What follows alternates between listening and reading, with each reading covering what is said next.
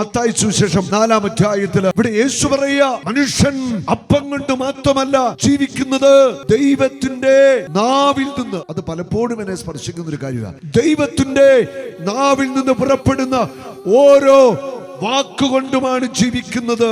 Ezekiel 11:7. മനുഷ്യപുത്ര, Israel ഭവനത്തിന് കാവൽക്കാരനായി നിന്നെ ഞാൻ നിയമിച്ചിരിക്കുന്നു. എന്റെ നാവിൽ നിന്ന് വചനം കേൾക്കുമ്പോൾ നീ എന്റെ താക്കീത് അവരെ അറിയിക്കണം. നിയമാവർത്തനം 8:3. അവിടുന്ന് നിങ്ങളെ എളിമപ്പെടുത്തുകയും വിശപ്പറിയാൻ വിടുകയും നിങ്ങൾക്ക് നിങ്ങളുടെ പിതാക്കന്മാർക്ക് അപരിചിതമായ മന്ന കൊണ്ട് നിങ്ങളെ സംതൃപ്തരാക്കുകയും ചെയ്തത്. അപ്പം കൊണ്ട് മാത്രമല്ല, കർത്താവിന്റെ നാവിൽ നിന്ന് പുറപ്പെടുന്ന ഓരോ വാക്കുകൊണ്ടും മനുഷ്യൻ ജീവിക്കുന്നതെന്ന് ഞങ്ങൾക്ക് മനസ്സിലാക്കി തരാൻ വേണ്ടിയാണ്.